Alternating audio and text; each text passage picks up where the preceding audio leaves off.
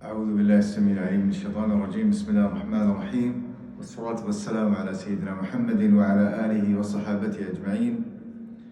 My dear brothers and sisters in Islam, Ramadan Mubarak, and Alhamdulillah, we are on the second day of Ramadan, and inshallah we're doing our daily reminder during this blessed month. May Allah subhanahu wa ta'ala help us to fast and pray and to do good deeds during the blessed month. Allahumma ameen, and may Allah accept our good deeds. Today, inshallah subhanahu wa ta'ala, I'm going to talk about the story of Dhul-Qarnayn. Allah subhanahu wa ta'ala has mentioned this story in Surah Al-Kahf. Allah subhanahu wa ta'ala is the king of all kings, and he has the power to do whatever he wants. He says in the Quran, say, O Allah, master of sovereignty, away from whom you want, you honor whom you want, and you dishonor whom you want. In your hand is all good, indeed you are able to do all things. Dhul-Qarnayn was one of the blessed people that Allah subhanahu wa ta'ala had made a king. He provided him with power and everything necessary to rule the land as a just and a powerful king. Allah subhanahu wa ta'ala says in the Quran, إِنَّا مَكَّنَّا لَهُ فِي الْأَرْضِ وَآتَيْنَاهُ مِن كُلِّ شَيْءٍ سَبَبًا. And indeed we established him on earth with great power, and we gave him the means of everything. His kingdom stretched across the entire globe, making him one of the few kings who had been given such a blessing. He was also very religious and established the laws of Allah subhanahu wa ta'ala. He neither abused his power nor did he ever harm or oppress any people. He conquered land after land in order to spread the message of Allah subhanahu wa ta'ala. As he journeyed west on one occasion, his journey took him to a strange place. There, he found a group of people who lived near a hot spring of muddy water.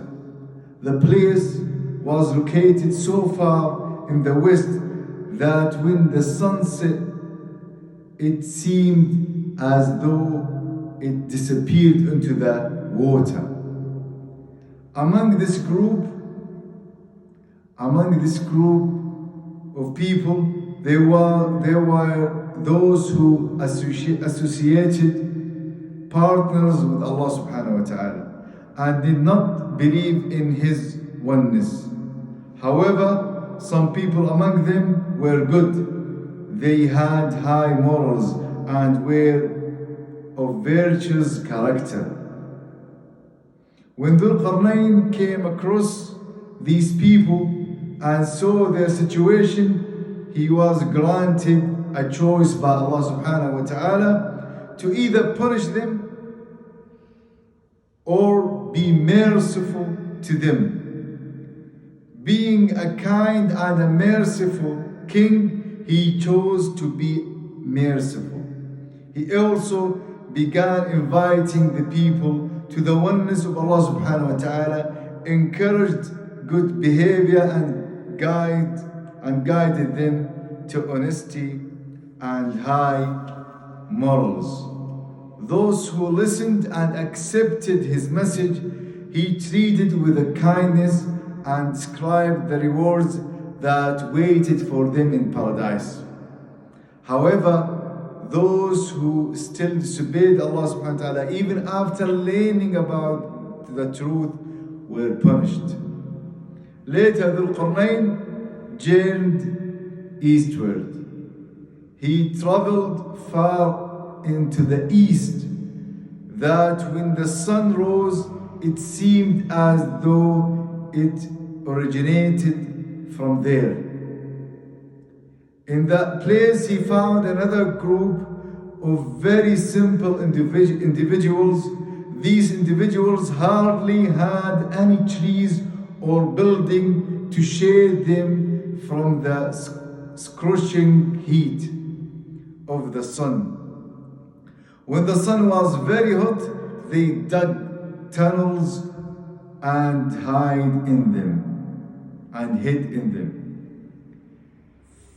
Though slightly surprised by their behavior and state, Dhul-Qarnayn did the same as he did with a previous group of people. He invited them to true belief in Allah subhanahu wa ta'ala, and also taught them good character and morals. Those that refused to accept the truth and give up their bad ways were punished. Those who listened and accepted his advice were treated kindly and were told about the rewards in paradise. Soon after, Dhul-Qarnayn continued his travels. This time his journey took him to a path between two towering mountains. As he traveled beyond the mountains, he discovered another group of people. They were hardworking and very helpful to each other.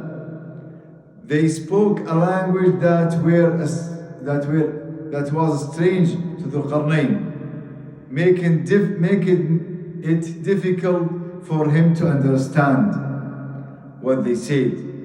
At the same time, the people also found it difficult to understand Dhul-Qarnayn, as they did not understand his language.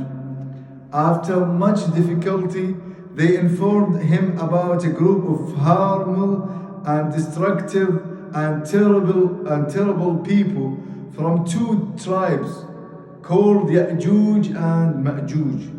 They lived in the valley between the mountains and were huge in number from time to time. They came and terrorized the people and causing all sorts of terrible and damage to their land and belongings. They terrified people, requested the help of Dhul-Qarnayn. They asked him to build a tall barrier between the two mountains, which would hold Ya'juj and Ma'juj back.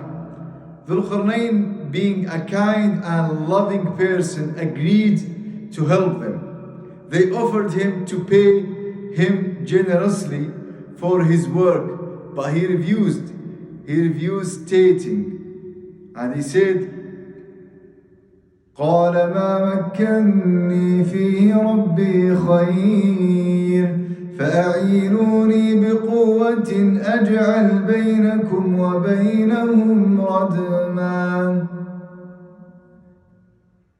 That which my Lord has given me is better than anything I would want from this world. However, he asked for a group of strong people to help him build this great barrier. Allah subhanahu wa ta'ala not only blessed Dhul-Qarnayn with power, but he also gave him great intellect.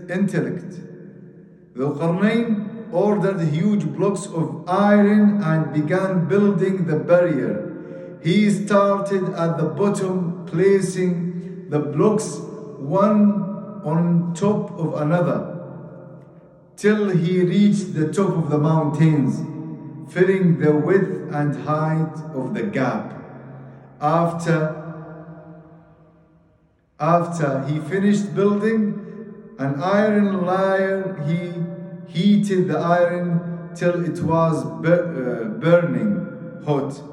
He then ordered that molten copper be brought, which he poured onto the barrier. As the copper cooled, it joined with iron, forming an extremely strong barrier. The work was now complete, and between the people and Ya'juj and Ma'juj stood a strong, towering barrier. The people congratulated Dhul-Qarnayn and those who helped him for this fine work. The barrier was so strong and high that the tribes of Ya'juj and Ma'juj could neither climb nor break through it. Dhul-Qarnayn thanked Allah subhanahu wa ta'ala and said, قال هذا رحمة من ربي فإذا جاء وعد ربي جعله دكا وكان وعد ربي حقا. This is a mercy from Allah subhanahu wa ta'ala, from my Lord. But when the promise of my Lord comes, He shall level it down to the ground, and the promise of my Lord is always true. Towards the end of time, Allah subhanahu wa ta'ala will cause this great barrier to collapse, letting out these two tribes, terrible tribes, who will cause chaos and destruction on the earth. My dear brothers and sisters in Islam, we should remember that when we grow up, Allah subhanahu wa ta'ala may place us in positions of power. We may not become kings, but He may gives us authority and power over the other people. In that instance, we should never abuse people or treat them harshly or unfairly. Also, wealth and power can cause arrogance, which can make a person look down on others. We should be careful of this too. Both wealth and power are blessings from Allah subhanahu wa ta'ala. If Allah wants, He can take them always from us. And Allah subhanahu wa ta'ala says in the Quran, so remember me, I shall remember you, and show gratitude to me, and don't be ungrateful to me. جزاكم الله خيرا وبارك الله فيكم والسلام عليكم ورحمة الله وبركاته.